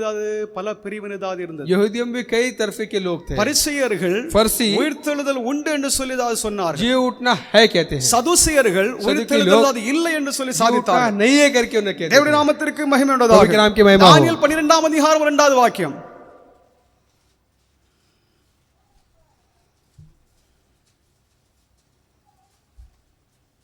பூமியின் தோளில் நித்திரை பண்ணுகிறவர்களாகிய அநேகரில் சிலர் நித்திய ஜீவனுக்கும் சிலர் நித்திய நிந்தைக்கும் இகழ்ச்சிக்கும் விழித்து எழுந்திருப்பார்கள். தேவனுடைய நாமத்திற்கு மகிமை प्रभु के नाम உண்டாதாக. की महिमा हो. இந்த வாக்கியம் நமக்கு தெளிவாக ये போதிக்கிறது. वचन में साफ साफ सिखाती है. பூமியின் தூளில் நித்திரை जो பண்ணுகிறவர்கள் जमीन के नीचे जाके सोए हैं, சிலர்கள் நித்திய ஜீவனுக்கும் நித்திய ஆசீர்வாதத்திற்கும், कुछ है कि हमेशा की जिंदगी के लिए आशीर्वाद के लिए, சிலர்கள் நித்திய ஆக்கினை நித்திய தண்டனைக்கு எழும்புவார்கள். और कुछ है कि हमेशा की सजा के लिए उठेंगे. சங்கீதம் 49 அதிகாரம் 15வது வாக்கியம். वैसे कि 49:15 में, சங்கீதம் 49:15.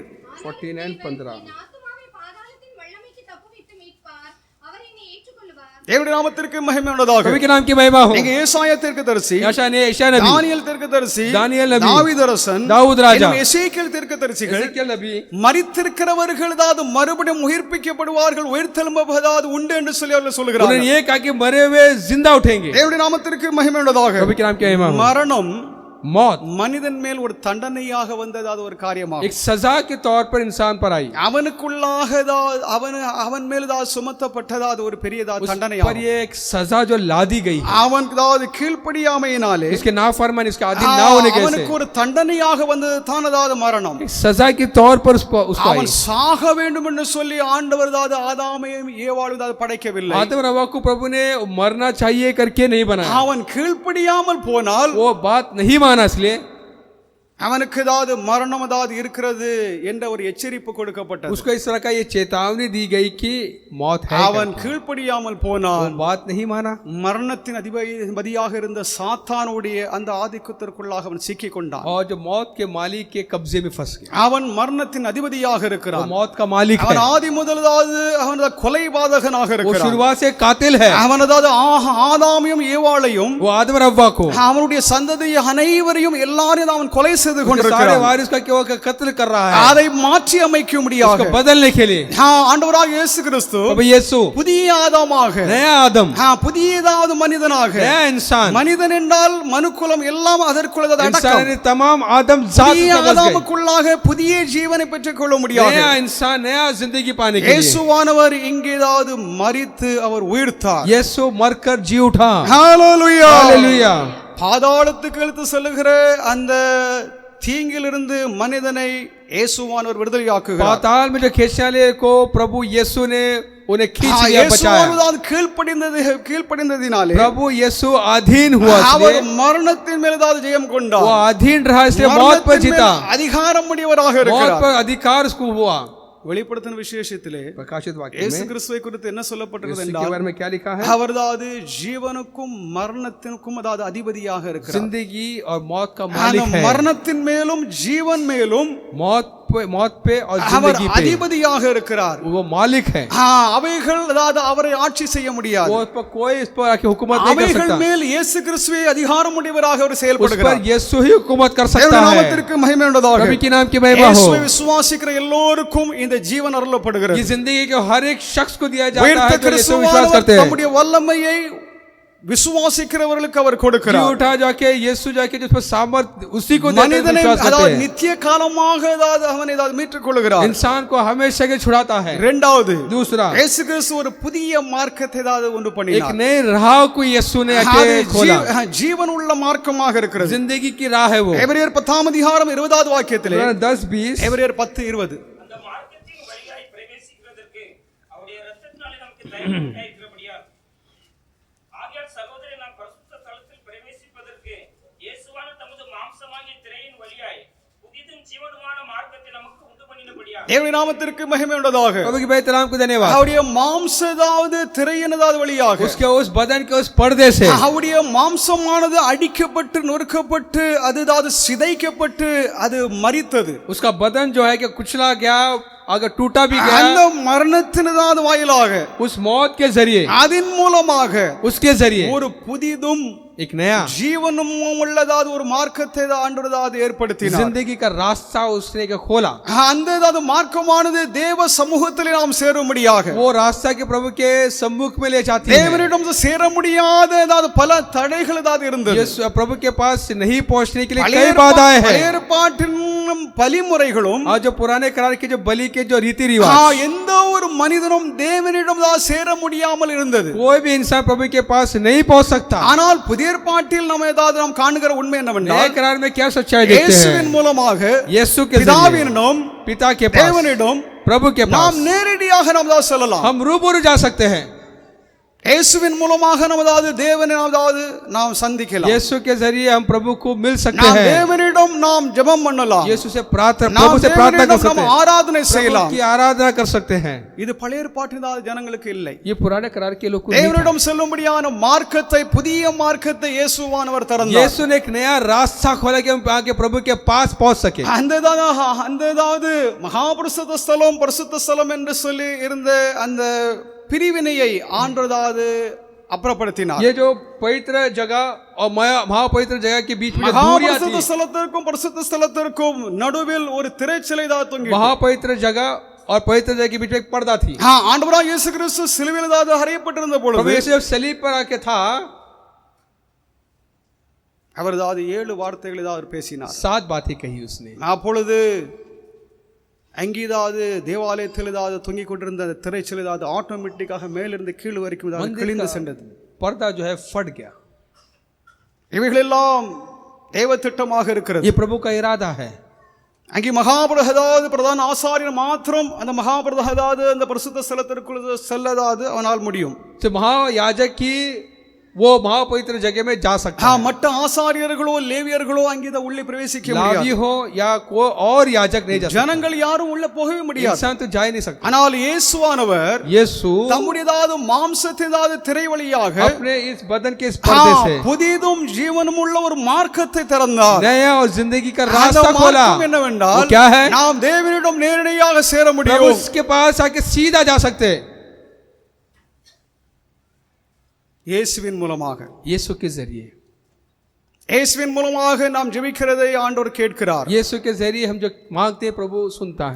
இயேசுவானவர் புதிய மார்க்கமாக இருக்கிறார். प्रभु यीशु एक नया रास्ता है, ஒரு புதிய உடன்படிக்கை ஏதாவது एक உருவாக்கப்பட்டது. नया कोवेनेंट, एक नया अहद बांधता है। கிறிஸ்துவினுடைய ரத்தம் சிந்தப்பட்டது. मसीह यीशु का खून அது बहाया गया, நம்மேல் தெளிக்கப்பட்டது. हम पर छिड़काया गया, அது நம்மை சுத்திகரிக்கிறது. हमें शुद्ध करता है। ஹalleluya. हालेलुया। தேவனுடையதால் சமூகத்திலே நாம் சேரும்படியாக उसके हुजूर में आने के लिए எபிரேயர் 10 அதிகாரம் 19 இருந்து 22 வாசித்து इब्रानी பார்த்தால் 10:19 से 22 तक पढ़ेंगे தேவனுடைய तो சமூகத்திலே நாம் சேரும்படியாக उसके सम्मुख में उसके हुजूर में आने के लिए அவருடைய ரத்தத்தினால் நமக்கு ஏதாவது ஒரு பெரிய ஒரு மார்க்கம் திறக்கப்பட்டிருக்கிறது. उसके खून से एक नया एक राह खुली, நமக்கு பெரிய சலுகைகளும் ஏதாவது हमको கொடுக்கப்பட்டிருக்கிறது. कही है कि आजादी दी गई। கிறிஸ்துவானவர் நமக்காக அடைந்த பாடுகளிலே அவர்தாவது நடப்பித்த எத்தனையோ உண்மைகள் சத்தியங்கள் இருக்கிறது. प्रभु यीशु ने जो हमारे सही जो दुखों से हमने जो पाई एक सच्चाई बहुत है। அது பெரியதா சலுகை என்னவென்றால் बड़ी आजादी क्या है? இயேசுவானவர் பிதாவின் வலது பாரசத்தை பெற்றிருக்கிறார். यीशु के अपने पिता के दाहिनी तरफ बैठा है। மீட்கப்பட்டதாவது ஜனங்கள்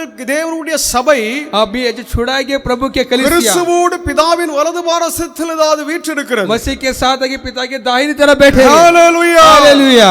அவர் ஏதாவது மெய்யான மகாபிரதான ஆசாரியனாக वही सच्चा याजक है, அவர் பரலோக வாசஸ்தலத்திலே அவர் ஆசாரிய ஊழியம் செய்து वो கொண்டிருக்கிறார். आसमानी जगह पर आके जो याजक का काम करता है, அவர் பிதாவின் வலது பாரசத்தில் ஏதாவது உட்கார்ந்து पिता के இருக்கிறார். दाहिनी तरफ बैठा है, அவரோடு தேவனுடைய சபையும் அவரோடு உட்கார்ந்து उसके இருக்கிறது. साथ प्रभु की कलीसिया भी बैठा है। அதனால் நாம் அதை ஆளுகை செய்யும்படியாகவே தேவன் நம்மை அழைத்திருக்கிறார். प्रभु हमें राज करने के लिए बुलाया है। தேவன் தம்முடைய ராஜ்யத்தில் ஏதாவது अपनी வரப்போகிறார். बादशाहत में जब आएगा, உண்மையாக இருக்கிறவர்கள் சத்தியமாய் இருக்கிறவர்கள் सच्चे हैं जो सच्चाई में चलते हैं, பரிசுத்தமாய் இருக்கிறவர்கள் पवित्र जो है, இந்த உலகத்தை ஆளுகை செய்யும்படியான அதிகாரம் ஏதாவது அவர்களுக்கு उनको वो கொடுக்கப்படுகிறது. अधिकार दिया जाता है कि वो दुनिया पर राज करे। தேவனுடைய நாமத்திற்கு மகிமை प्रभु உண்டாதாக. के नाम की महिमा हो। இந்த புதிய மார்க்கம் புதிய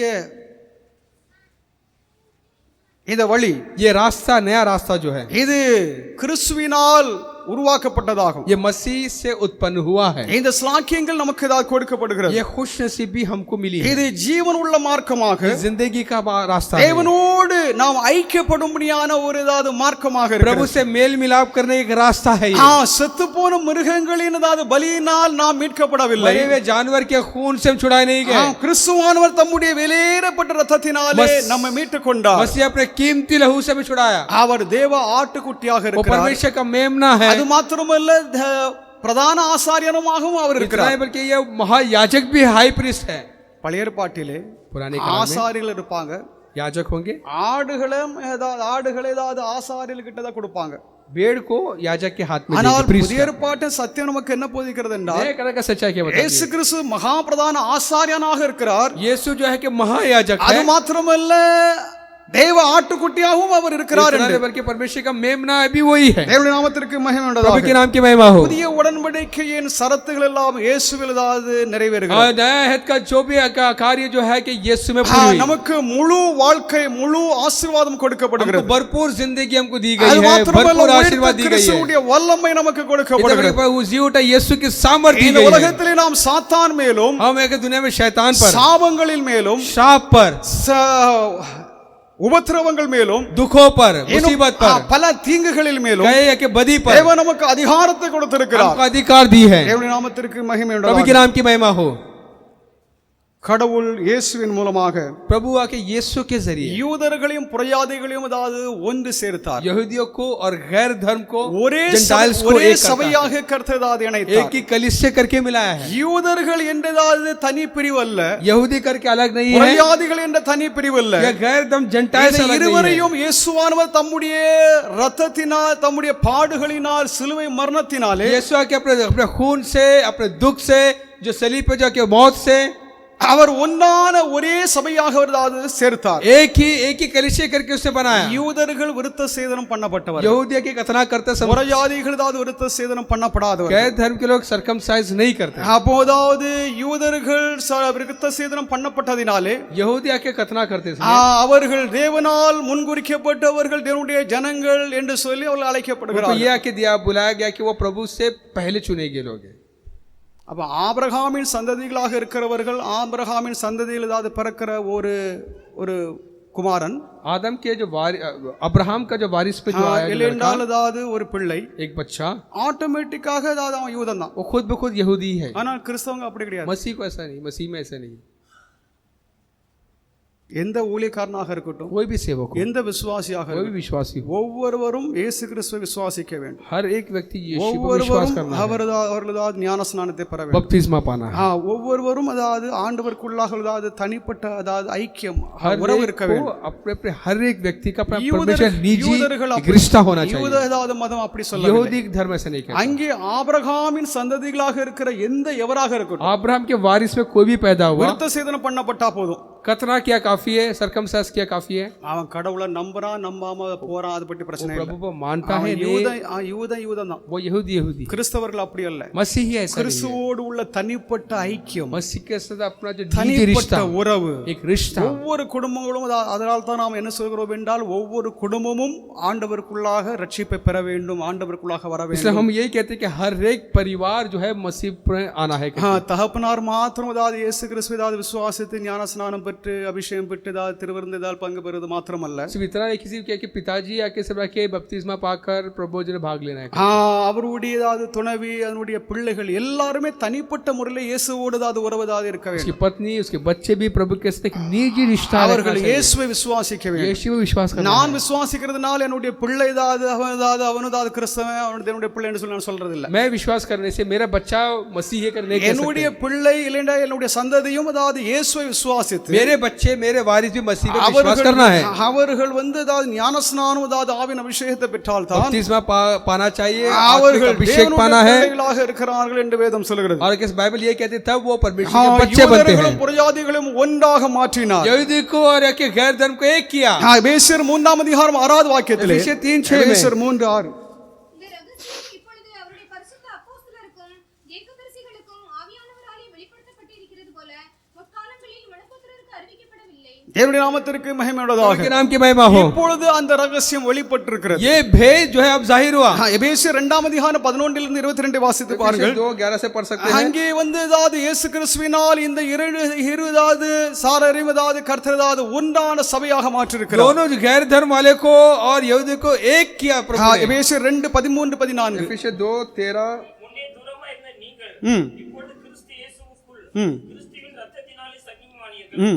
எப்படி எனில் அவரே நம்முடைய சமாதான காரணராகி இரு திறத்தாரையும் ஒன்றாக்கி பகையாக நின்ற பிரிவினையின் நடுச்சுவரை தகர்த்து சட்டத்திட்டங்களாய நியாயப்பிரமாணத்தை தம்முடைய மாம்சத்தினாலே ஒழித்து இரு திறத்தாரை தமக்குள்ளாக ஒரே புதிய மனுஷனாக சிருஷ்டித்து இப்படி சமாதானம் பண்ணி பகையை சிலுவையில் கொண்டு அதனால இரு திறத்தாரை ஒரே சரீரமாக தேவனுக்கு ஒப்புரவாக்கினார். தேவனுடைய நாமத்திற்கு மகிமை प्रभु உண்டாவதாக. के नाम की महिमा हो। இப்பொழுது எந்த ஒரு பிரிவினை கிடையாது. अभी कोई दूरी नहीं। அந்த தேசத்தான், அந்த மொழிக்காரன், இந்த மொழிக்காரன், ये मुल्क का है, वो मुल्क का, ये भाषा, அதெல்லாம் वो भाषा, ஒன்றாவது கடவுள் கிட்ட கிடையாது. वो प्रभु के सामने नहीं है। அது யூதன் புறஜாதி என்று சொல்லி ஆண்டு பார்க்க மாட்டார். प्रभु ऐसा देखता नहीं कि ये இயேசுவை यहूदी गैर விசுவாசிக்கிற धर्म எந்த ஒரு ஆத்மாவும் हर एक व्यक्ति जो यीशु विश्वास करता அவன் है ரட்சிக்கப்படுகிறான், उद्धार पाया, அவன் தேவனுடைய பிள்ளையாக प्रभु का மாறுகிறான், बच्चा बनता है, அவன் தேவனுடைய வாசி. वो परमेश्वर का क्या लोग है। वो மூன்றாவது तीसरी बात, கிறிஸ்துவானவர் உயிர்த்த ஏதாவது மகிமையான அதாவது மூன்றாவது சத்தியம் என்னவென்றால் हम जो मसीह यीशु जी उठा वो महिमा के कार्य में तीसरा सच्चाई क्या है? உயிர்த்த ஜீவனோடு இருக்கிற கிறிஸ்துவானவர் சபையின் அடிப்படையாக இருக்கிறார். आज जिंदा यीशु जो कलीसिया का बुनियाद है वो இயேசு கிறிஸ்துவினுடைய உயிர்த்தெழுதலினாலே சபையானது உருவாயிட்டு. आज यीशु के मसीह जी उठने से कलीसिया पैदा हुआ. கிறிஸ்துவானவர் அவருடைய உயிர்த்தெழுதலிலே मसीह जी उठने से பல சத்தியங்கள் அடங்கி कई இருக்கிறது. सच्चाई उसमें बसी हुई है. அந்த சத்தியத்தை பேதுரு தன்னுடைய உரையிலே அவர் சொல்லுகிறார். अपने खत में आके वो पत्र लिखते हैं. கிறிஸ்துவுடைய உயிர்த்தெழுதலை குறித்து அவர் பகிரங்கமாக அவர் பேசுகிறார். मसीह के जी उठने के बारे में आके खुल्लम खुला के जाहिरी तौर से कहता है. இயேசு கிறிஸ்துவுடைய மரணத்தை தொடர்ந்து பயந்து கொண்டிருந்த அப்போஸ்தலர்கள் वो जो यीशु के मौत के बाद जो डरपोक जो पतरस உயிர்த்த கிறிஸ்துவினாலே வல்லமை பெற்றார்கள். जीवा यीशु से सामर्थ पाए, தைரியம் கொண்டார்கள். दिलेर हुए. அவர்கள் எல்லாரும் ஊர் ஊராக சென்று गांव-गांव जाकर இயேசு கிறிஸ்து உயிரோடு இருக்கிறார், यीशु जिंदा है, இயேசு கிறிஸ்து உயிரோடு यीशु இருக்கிறார், जी उठा, இயேசு கிறிஸ்து உயிரோடு यीशु இருக்கிறார் जी उठा என்று எங்கும் பறைசாற்றி हर कई அறிவித்தார்கள். जगह फैला रहे थे. ஹalleluya हालेलुया.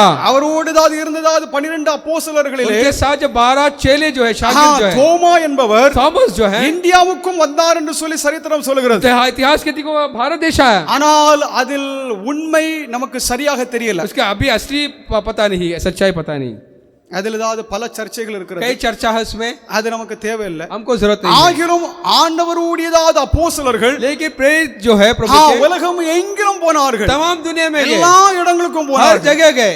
அவர்கள் எதற்காக அப்படி போனார்கள் क्यों என்றால் गए?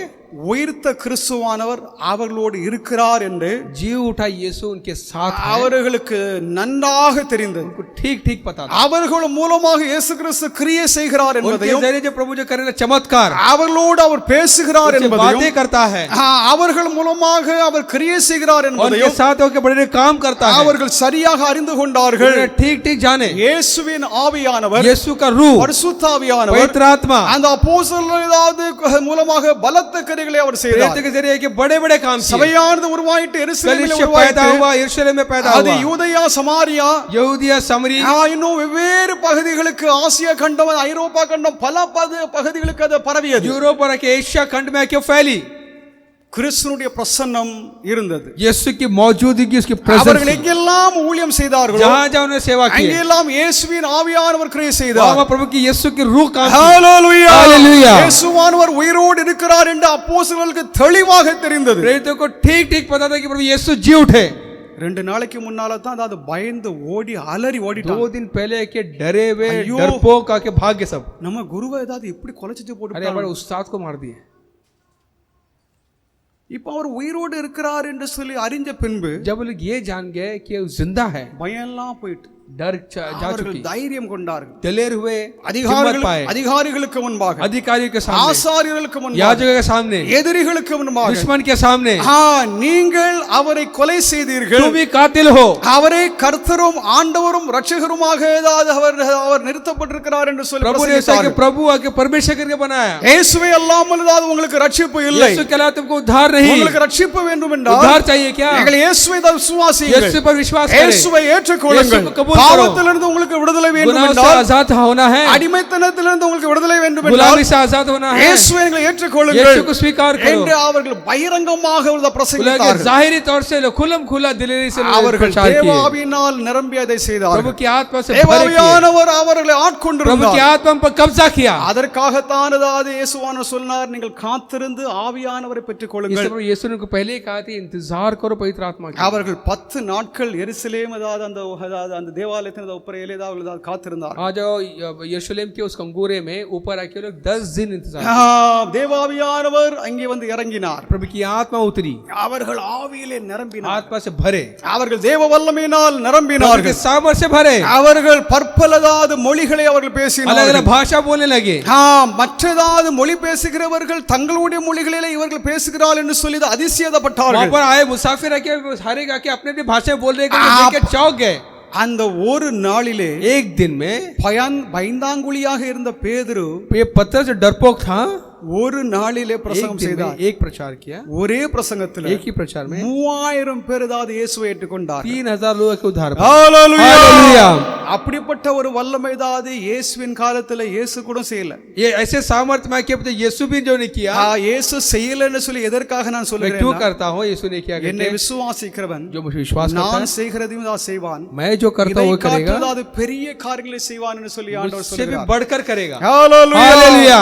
ஆண்டவருக்குள்ளாக அதாவது விசுவாசிக்கிறவர்கள், यीशु में विश्वास करने वाले, ஆண்டவரை ஏற்றுக்கொண்டு ஆண்டவருடையதாவது ஊழியம் செய்கிறவர்கள், यीशु कबूल करते हैं, जिसको सेवा करते தங்களை हैं, அர்ப்பணித்திருக்கிறவர்கள், अपने आप को अर्पण किए हैं। இயேசுவின் வல்லமை நமக்கு இருந்தால், यीशु के सामर्थ होगी तो, தேவாவியானவர் நம்மை प्रभु की நிரப்பியிருந்தால், आत्मा भरी होगी தேவன் तो, நம்மை எங்கெல்லாம் அனுப்புகிறாரோ वहाँ का प्रभु हमें भेजता அங்கே है। இயேசுவின் வல்லமையினாலே நாம் ஆத்துமாக்களை நாம் அதாவது ஆண்டவருக்கு என்று ஆதாயம் செய்ய यीशु के முடியும். सामर्थ्य से प्रभु के लिए आत्मा को जीत सकते हैं। ஹalleluya. हालेलुया। உயிர்த்த கிறிஸ்துவானவர் நம்மோடு இருக்கிறார். जीवटा यीशु हमारे साथ உயிர்த்த है। கிறிஸ்துவினாலே சபை जीवटा यीशु से ஸ்தாபிக்கப்பட்டிருக்கிறது. कलीसिया उत्पन्न தேவனுடைய हुआ। சபையானது அதாவது எதற்காக இருக்கிறது कलीसिया என்றால் क्यों है? உயிர்த்த கிறிஸ்துவினாலே தான் நாம் இருக்கிறோம். जीवटा यीशु के वजह से है। இயேசு கிறிஸ்து அதாவது உயிர்த்தெழும்பவில்லை என்றால் यीशु अगर जी उठा नहीं तो நீங்களும் கிடையாது, நானும் கிடையாது, आप யாரும் भी கிடையாது. नहीं, मैं भी नहीं, அவர் அதாவது அந்த கல்லறையில் தான் இருப்பார். उसी कब्र में लेटा हो। உங்க பாவம் அதாவது மன்னிக்கப்படாது, आपका भी पाप माफ என்னுடைய नहीं किया பாவம் होगा, அதாவது மன்னிக்கப்படாது, मेरे भी पाप आपके माफ नहीं என்னுடைய किया होगा। அதாவது நித்தியம் அது கேள்விக்குறி தான். हमारा जो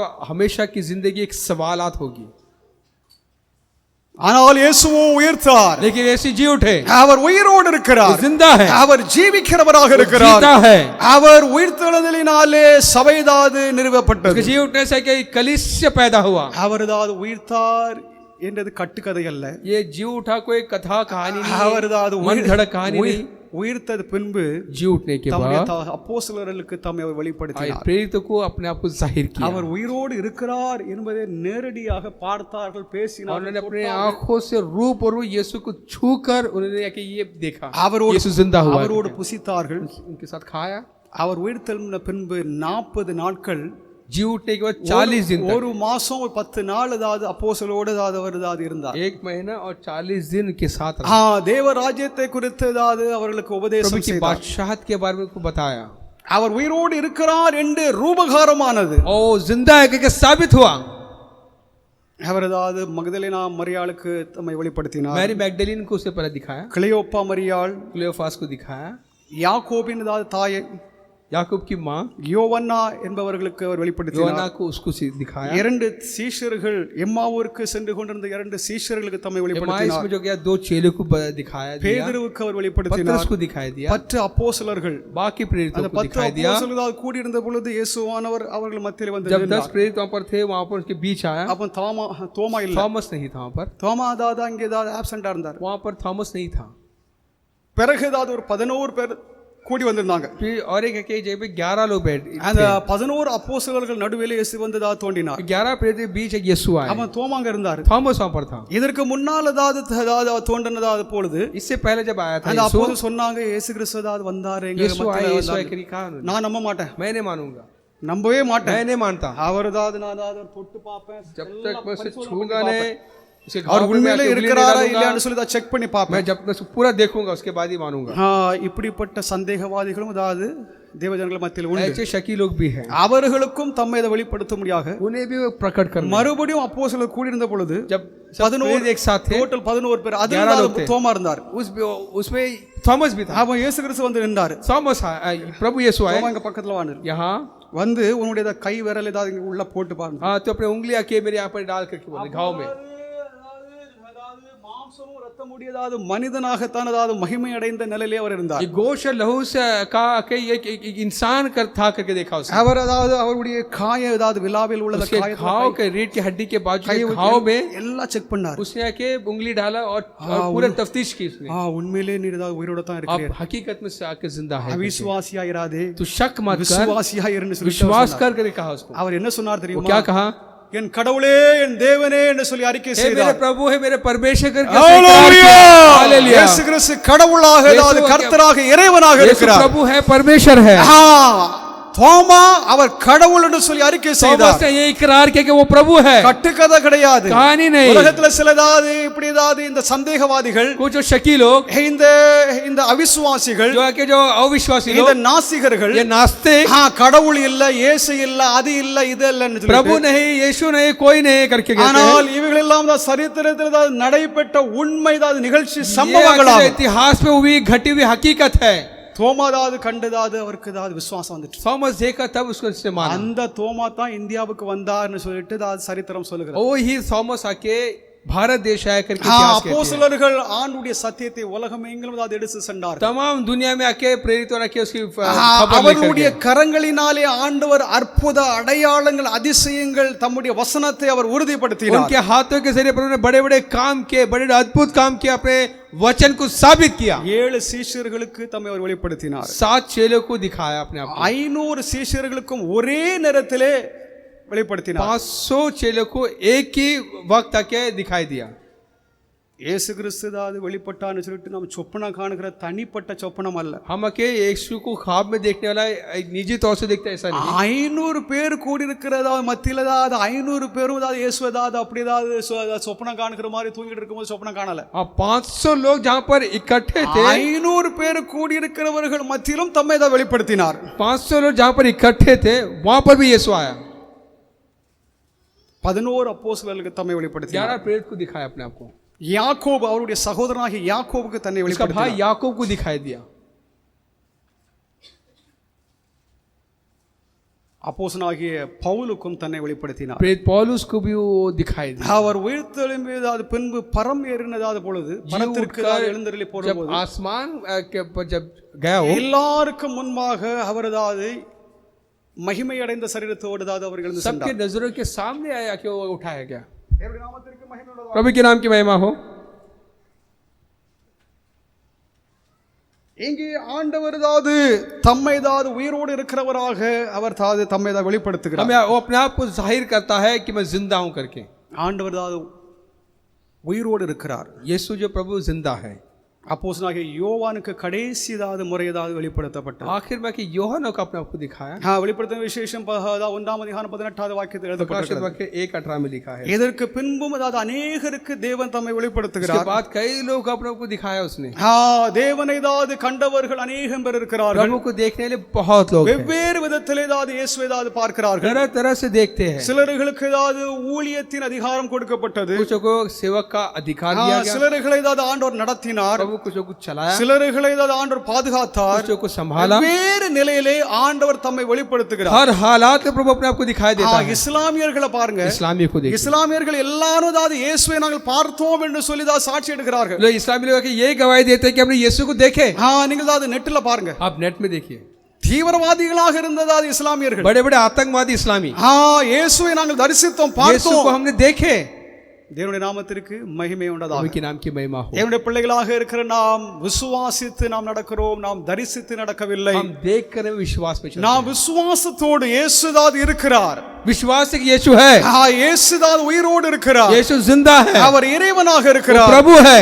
அவர் அதாவது இங்கே பல அதாவது முறை அவர் அதாவது தம்மை வெளிப்படுத்துகிறார். कई तरीके से अपने आप को उसने जाहिर किया। கர்த்தருடைய சபை பெந்தெகோஸ்து முதல் இந்நாள் வரைக்கும் அது நிலைத்திருக்கிறது. बेंतकोस का उस समय से लेकर अब तक प्रभु की कलीसिया कायम है। கிறிஸ்துனுடைய சபை காயப்படுத்தப்பட்டிருக்கிறது. मसीह की कलीसिया के घाव घायल हुआ है। பல விதத்திலும் அது நஞ்சி அதாவது காயமாக இருக்கிறது. कई तरीके से वो घायल हुआ है। கடவுள் அதை சுஸ்தப்படுத்துவாராக. प्रभु उसे चंगा करे। தேவனுடைய நாமத்திற்கு மகிமை स्वस्थ உண்டாதாக. करे। प्रभु के नाम की அது ஒரு வாழும் உயிரினமாக இருக்கிறது. एक जीवन देने वाला एक जिंदगी है। கிறிஸ்துவானதாக உயிரோடு இருக்கிறதினாலே यीशु जिंदा है। அவருடைய சபையும் உயிர் உள்ளதாக இருக்கிறது. कलीसिया भी जिंदा है। தேவனுடைய சபையாக கர்த்தர் நம்மை அழைத்திருக்கிறார். प्रभु ये कलीसिया करके बुलाया है। நாம் அவருடைய உடலாக இருக்கிறோம். उसका बदन है हम।